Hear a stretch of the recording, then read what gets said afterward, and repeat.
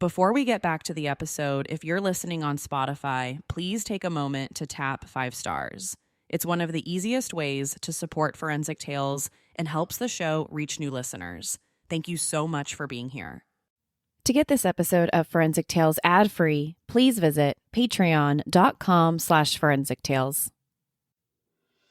You know the stories, but have you ever stopped to ask yourself, why? Why would someone holster a semi-automatic rifle to begin a heartless shooting rampage? Why do serial killers methodically single out their next helpless victim? Why are thousands of innocent lives taken instantly? So far this year, over 300 mass shootings have occurred in the United States. Some experts believe over 2,000 serial killers are operating in the U.S. today. Unfortunately, these events happen so frequently that we've become numb. Behind every massacre, there lies a reason. Sometimes they're obvious. Many mass murderers have similar traits: sensation-seeking, lack of remorse, impulsivity, need for control, and predatory behavior. But other times, massacres are almost impossible to explain. This is Anatomy of a Massacre, Rockefeller Audio's newest podcast series. Anatomy of a Massacre is a true crime podcast investigating the most notorious massacres in human history. From serial killers to mass shooters to genocides, there lies a new horrid reason to expose in each episode. Join your host, Courtney Fretwell, a forensic psychologist, as she dives deep into the psychology, criminal theories, and policy implications behind each tragedy. New episodes of Anatomy of a Massacre are available right now on Apple Podcasts, Spotify, or wherever you get your favorite shows. You know what happened? Now, let's uncover why.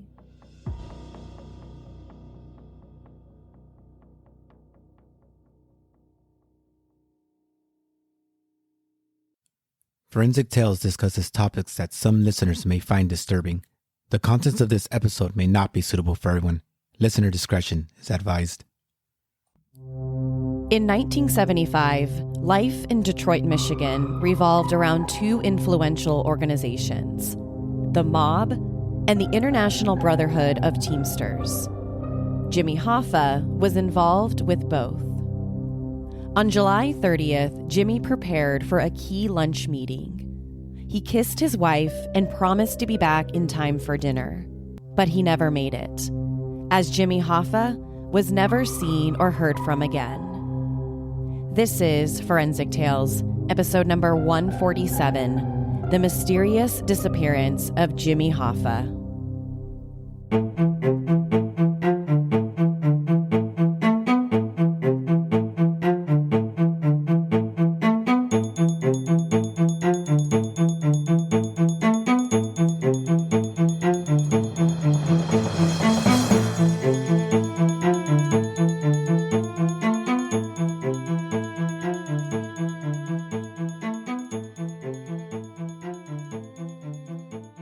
Welcome to Forensic Tales. I'm your host, Courtney Fretwell Areola.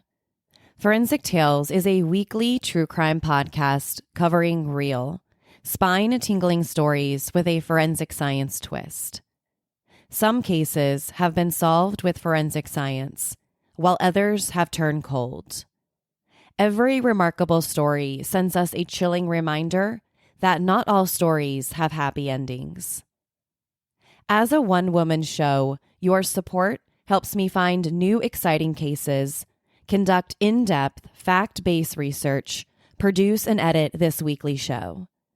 As a thank you for supporting the show, you'll get early ad-free access to weekly episodes, shout-outs in episodes, priority on case suggestions, and access to weekly bonus episodes.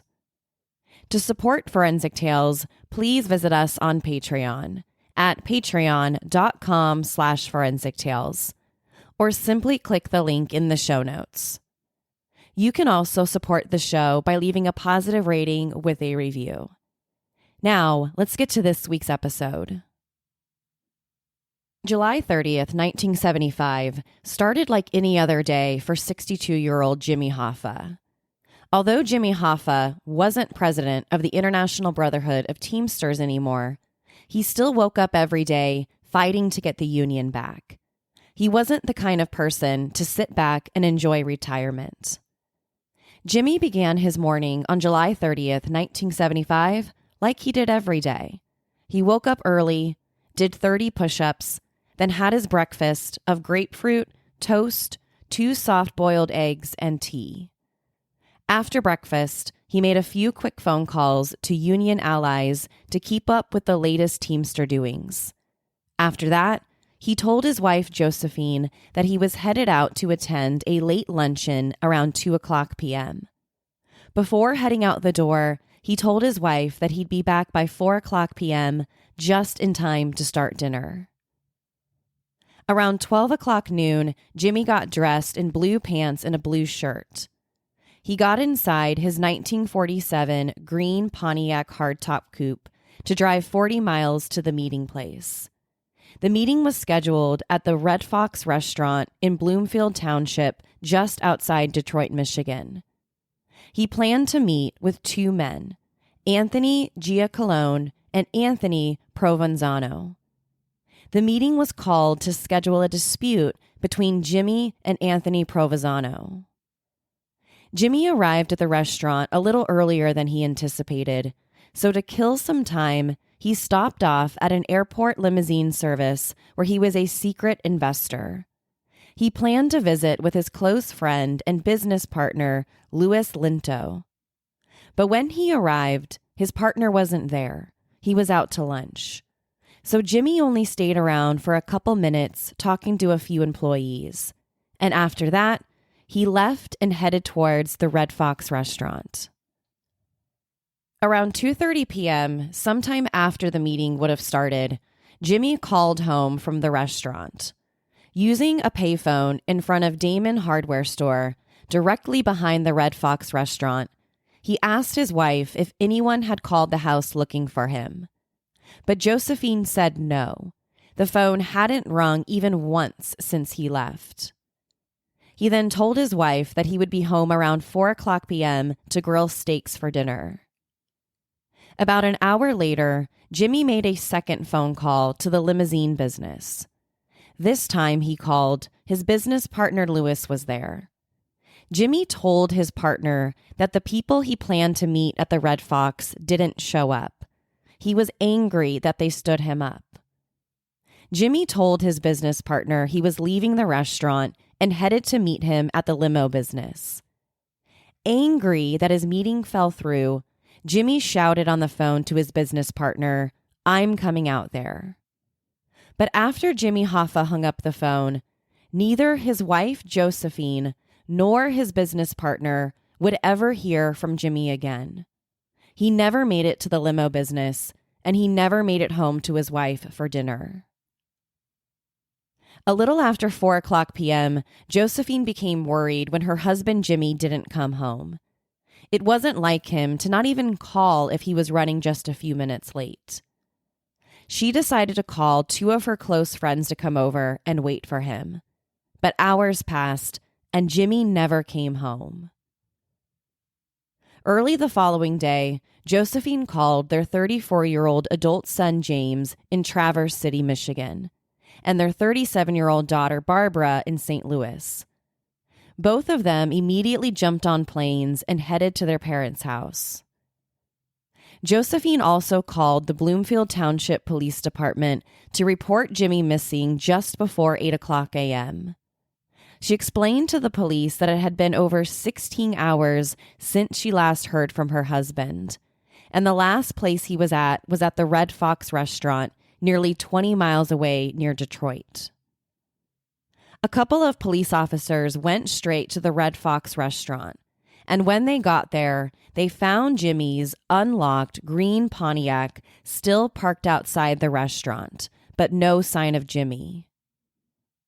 The police searched the car for any clues that might suggest where he could have gone. If Jimmy left behind his car, what else could he have left behind? But the search of the Pontiac turned up nothing. It was simply an abandoned car with no signs of foul play. No blood, nothing appeared to be stolen from the car, and there was no sign of Jimmy anywhere. Jimmy Hoffa was officially entered in the system as missing person number 75-3425 at 6:00 p.m. on July 31st. And the Hoffa family immediately offered up a $200,000 reward for any information about his disappearance. The infamous labor leader and former president of the International Brotherhood of Teamsters had simply vanished without a trace. James Riddle Hoffa was born in a middle-class family on Valentine's Day, February 14, 1913, in the small town of Brazil, Indiana. He was the third of 4 children, and it was a surprise to his parents, Viola and John. When Jimmy was 7 years old, his father suddenly passed away, and the family moved to Detroit, Michigan. In Detroit, Jimmy's mom got a good-paying job polishing car radiator caps. 2 years after the family moved to Detroit, the Great Depression in the U.S. hit. People across the country lost their jobs, and families struggled to make ends meet. Luckily, Jimmy kept his job at a department store that helped keep his family afloat. But Jimmy knew his department store job wouldn't cut it much longer. If he was going to support his family, he needed something more stable. A close family friend once told Jimmy that he should get a job in the food business. Everyone needs to eat, so the food business will always be around, and there's always going to be jobs. And Jimmy listened. In 1929, he left the department store and got a job unloading railroad cars of produce at the city's largest Kroger's grocery store. The pay was 32 cents an hour. For Jimmy and his coworkers, to make $15 a week, they had to work at least 60 hours a week just to make $15. The working conditions at Kroger's grocery store were awful. Jimmy and his coworkers were overworked and underpaid. The workers only got paid when they were unloading a railroad car, and they weren't paid for the times they were just sitting and waiting for the next shipment. So this meant that many hours Jimmy and his coworkers were at the grocery store, they weren't getting paid. Jimmy and several others banded together to fight back against the terrible working conditions. They knew if they wanted to create a positive change in their working conditions, they all needed to be on the same page. At 18 years old, Jimmy became one of 5 leaders among the 175 warehouse workers at the Kroger's. Although strikes were illegal in Michigan, Jimmy and his coworkers staged one anyway. They refused to unload any of the produce cars until management addressed their concerns about the working conditions. The strike only lasted 1 hour until the management gave in.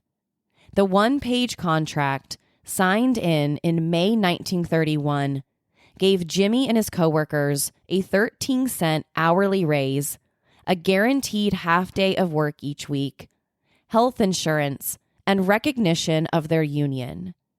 Jimmy and his fellow union members called themselves the International Brotherhood of Teamsters.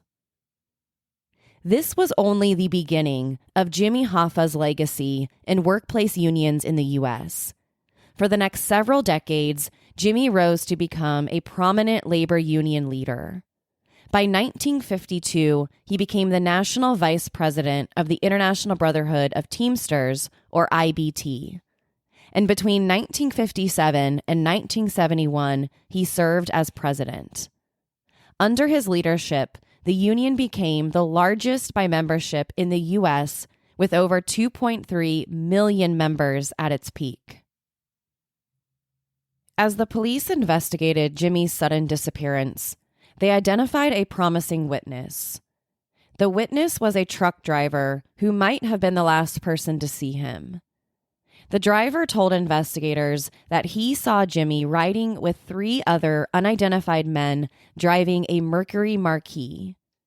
The trucker told the authorities that the Mercury caught his attention because it almost collided with his truck as it left the Red Fox restaurant, the restaurant where Jimmy had scheduled his meeting and his car was abandoned. The police found another witness who said they saw Jimmy standing by his car and pacing around the restaurant's parking lot. 2 other witnesses said they saw him, recognized him, and stopped to chat with him for a few minutes.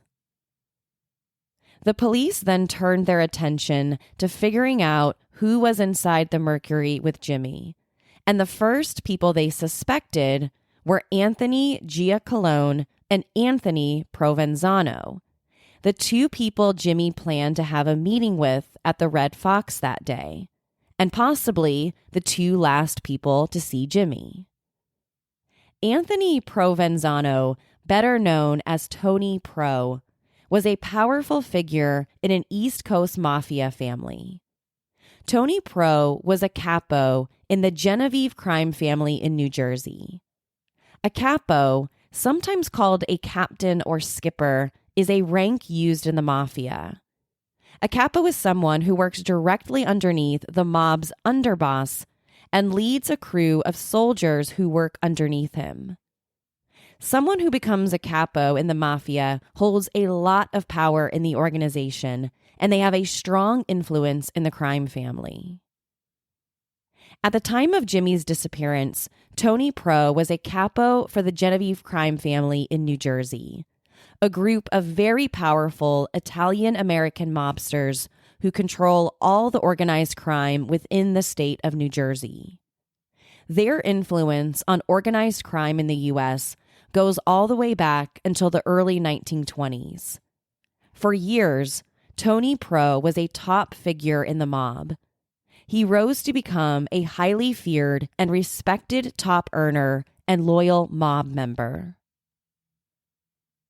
By 1937, Jimmy Hoffa began working with mobsters, including Tony Pro and other influential figures in East Coast crime families. Initially, Jimmy started working with mobsters to help organize union strikes with the Teamsters. But then Jimmy's relationship with the mob grew, and eventually, almost everything the union did was driven by the mob. There was a mutual agreement between Jimmy, the Teamsters, and the mob. Jimmy and the Teamsters needed to defend their union, and the mobsters were open to doing anything that involved making money. It made no difference whether it was a union or not. If it made the mob money, they would do whatever was necessary. Now, exactly what Jimmy promised the mobsters or delivered to them over the years isn't entirely known. But in 1937, Jimmy's long and complicated relationship with Tony Pro and the mob began.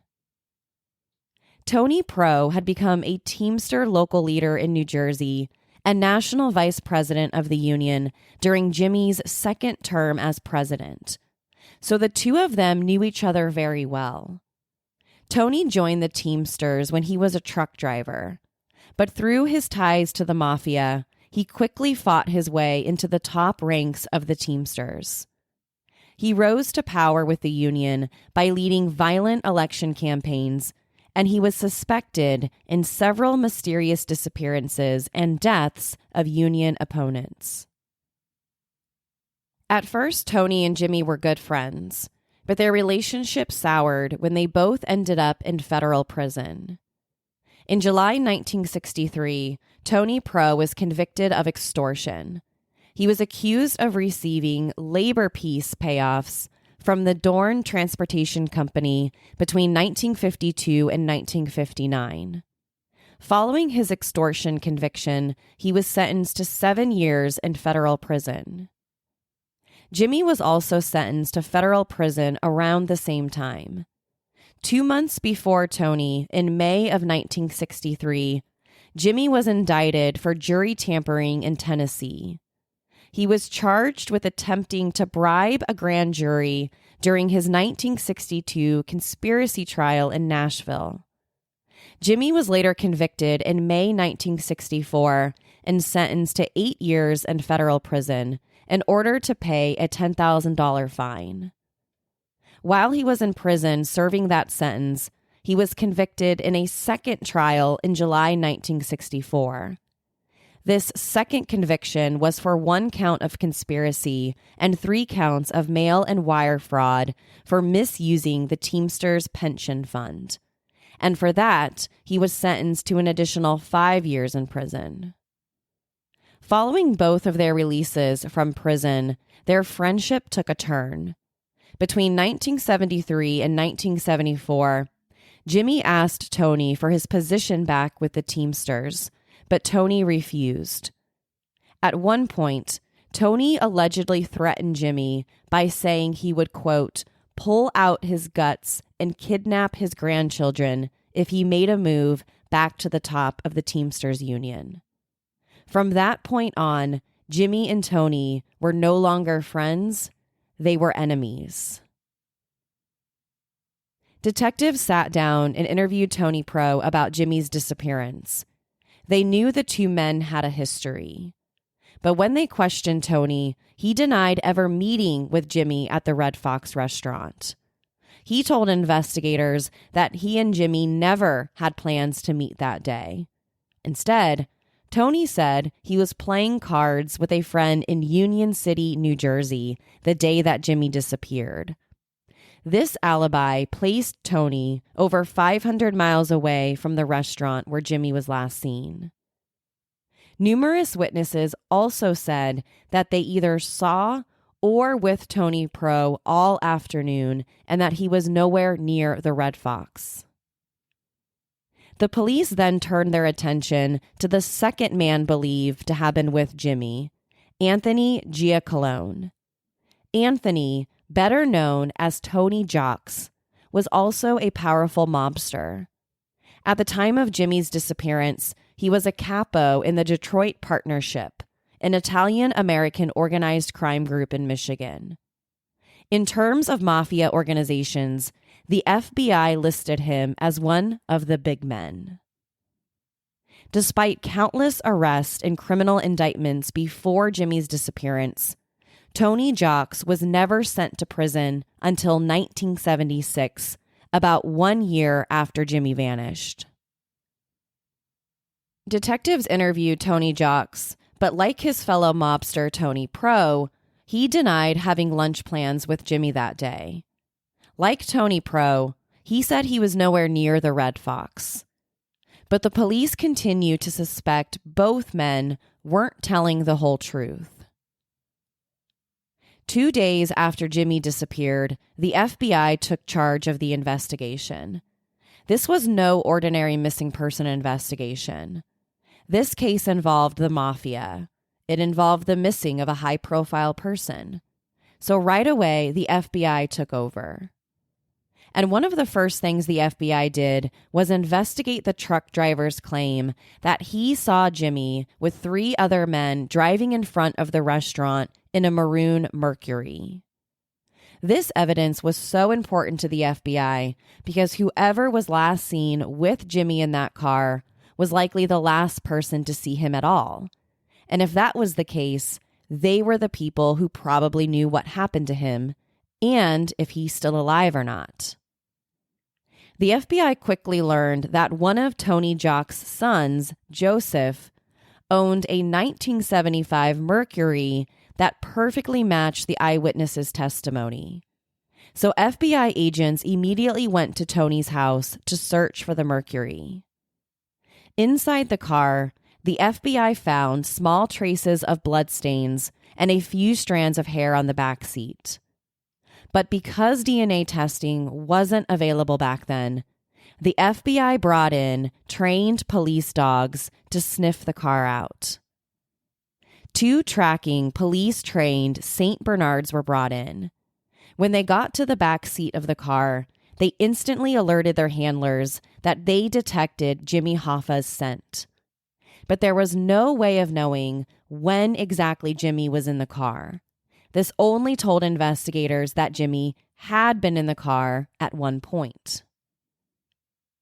The FBI learned that the car had been borrowed by a guy named Charles Chucky O'Brien on the day of Jimmy's disappearance. Chucky O'Brien was very close to Jimmy. As a kid, Chucky moved to Detroit with his mother after his father abandoned the family. And when they got to Detroit, Chucky's mom became friends with the Hoffa family. When Jimmy became president of the union, Chucky became his special assistant at 23 years old.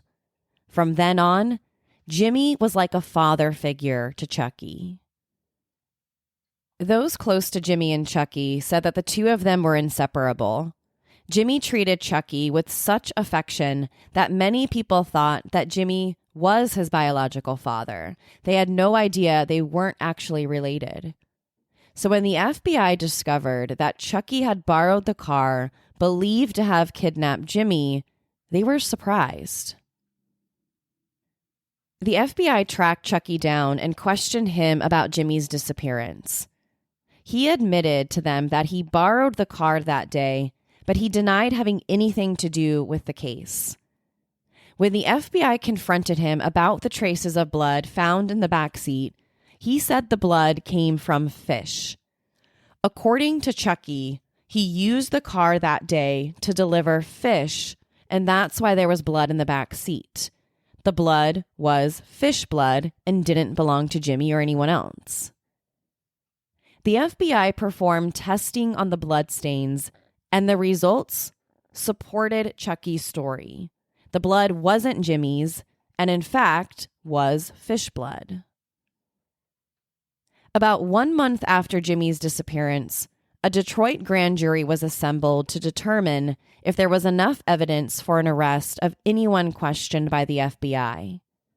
Although the FBI suspected both Tonys or Chucky were involved in Jimmy's disappearance, they didn't have a strong case against any of them. The grand jury heard testimony from 16 witnesses over several weeks, but the grand jury couldn't decide about criminal charges against anyone involved, and no one was arrested, including both Tonys and Chucky. Between 1975 and 1982, hundreds of FBI agents worked the case, but no arrests were made, and Jimmy's whereabouts remained a mystery. Over the years, several possible suspects, including both Tonys, have been convicted on unrelated charges, but none of them were ever arrested in connection with Jimmy. Tony Pro was convicted in 1978 of murder and sentenced to life in prison, and the other Tony, Tony Jocks, was convicted of tax evasion in 1976 and sentenced to 10 years. By 1982, Jimmy Hoffa was declared legally dead. Even though no body was ever recovered and no arrests were ever made in his murder, he was presumed dead.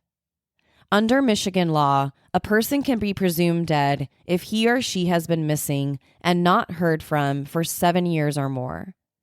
This assumption applies regardless of whether a body has been found. And in Jimmy's case, his body has never been found, and the location of his remains is unknown. From 1982 through March of 2001, the investigation was practically at a standstill, and for many years, people wondered if the mystery behind Jimmy's disappearance would ever be solved. But in March 2001, there was a big break in the case. In 2001, evidence in the case was submitted for testing. At the time of the crime, 1975, the only thing the FBI did was bring in police scent dogs. They didn't have DNA testing or fingerprinting. And when it came to the few strands of hair they found in the back seat of the Mercury, they had no way of testing it. So the hair was essentially useless to investigators. But by 2001, forensic testing was starting to emerge.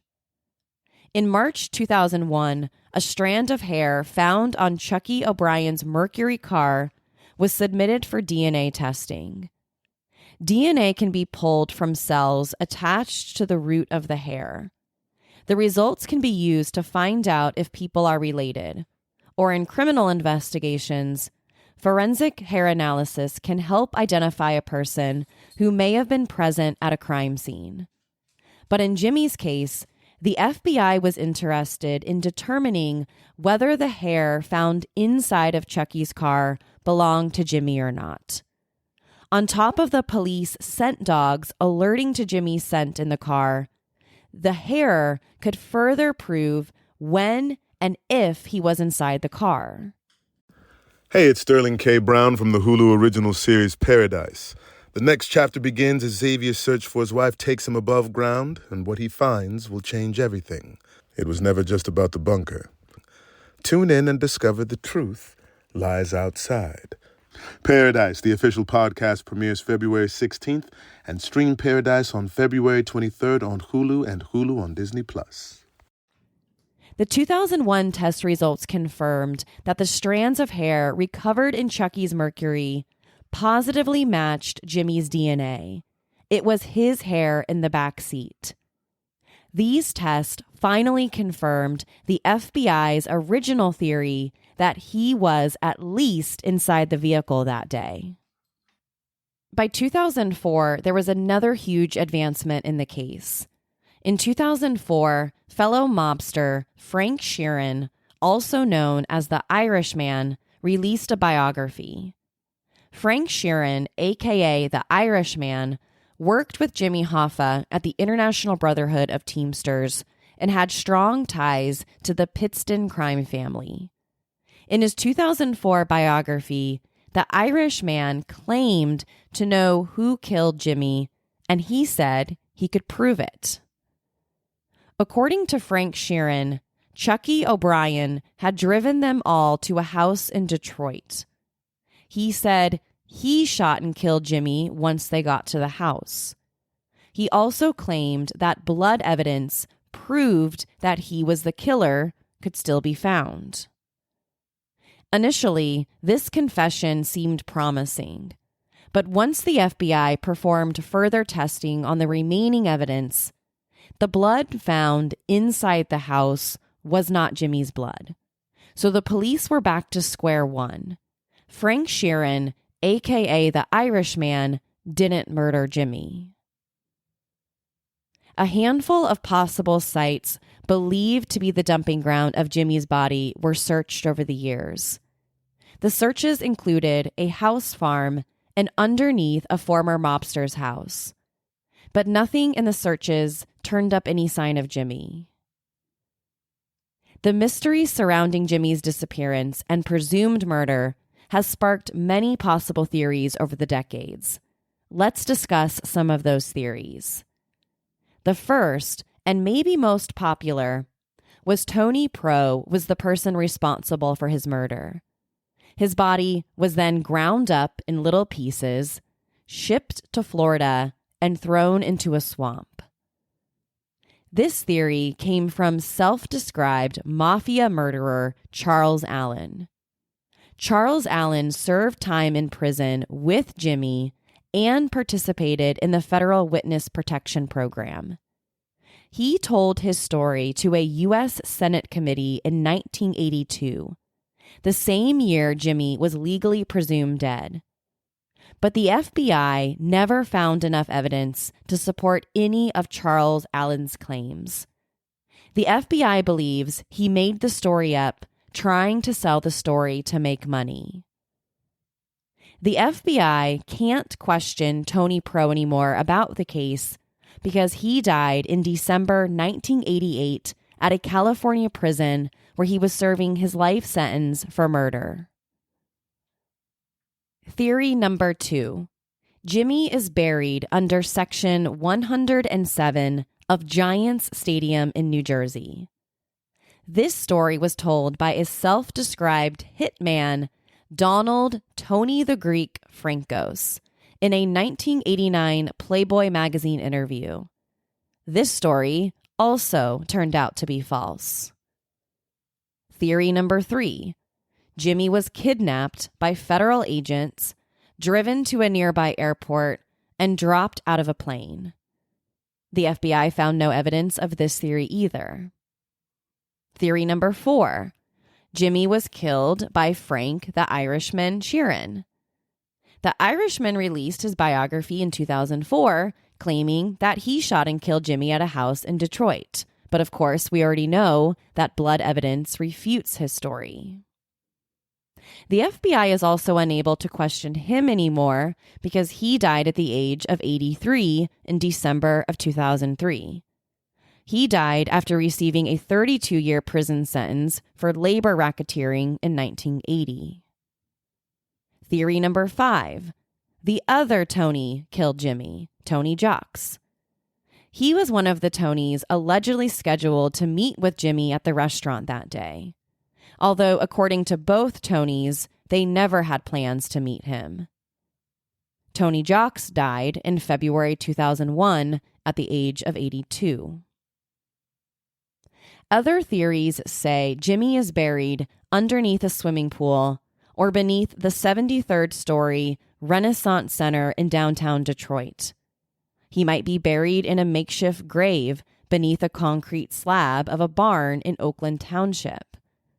Or his body was delivered to a Jersey City landfill in 1975, placed in a steel drum, and buried about 100 yards away on state property that sits below a highway. Other people believe that Chucky O'Brien is the killer. They believe he killed the person he once considered like a father to him. Witnesses said they saw Jimmy inside a maroon Mercury with 3 other men. The FBI eventually identified the Mercury and found out that Chucky used the car to deliver fish to a friend on the very same day of Jimmy's disappearance.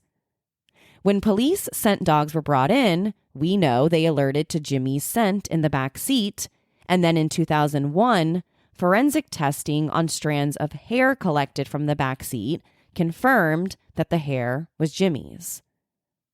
Unfortunately, like many others in this case, Chucky can no longer be interviewed.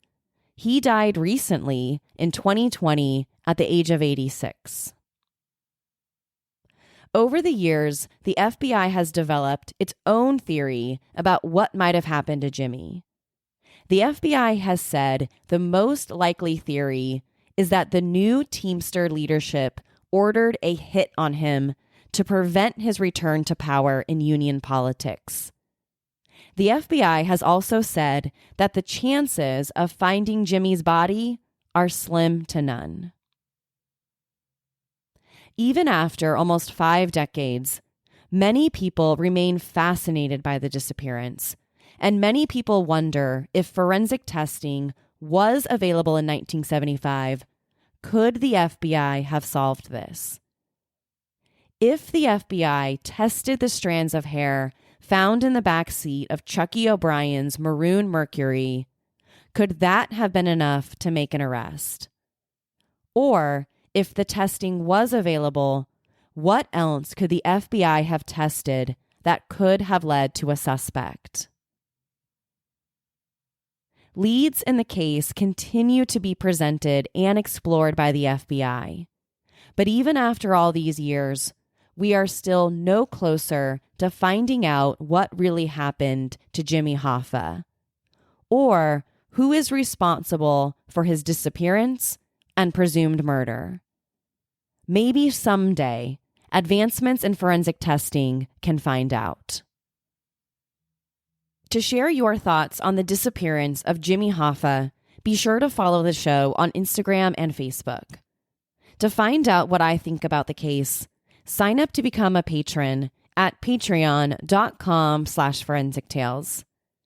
After each episode, I release a bonus episode where I share my personal thoughts and opinions about the case. You'll want to listen to this one because I'm going to let you know what I think happened to him.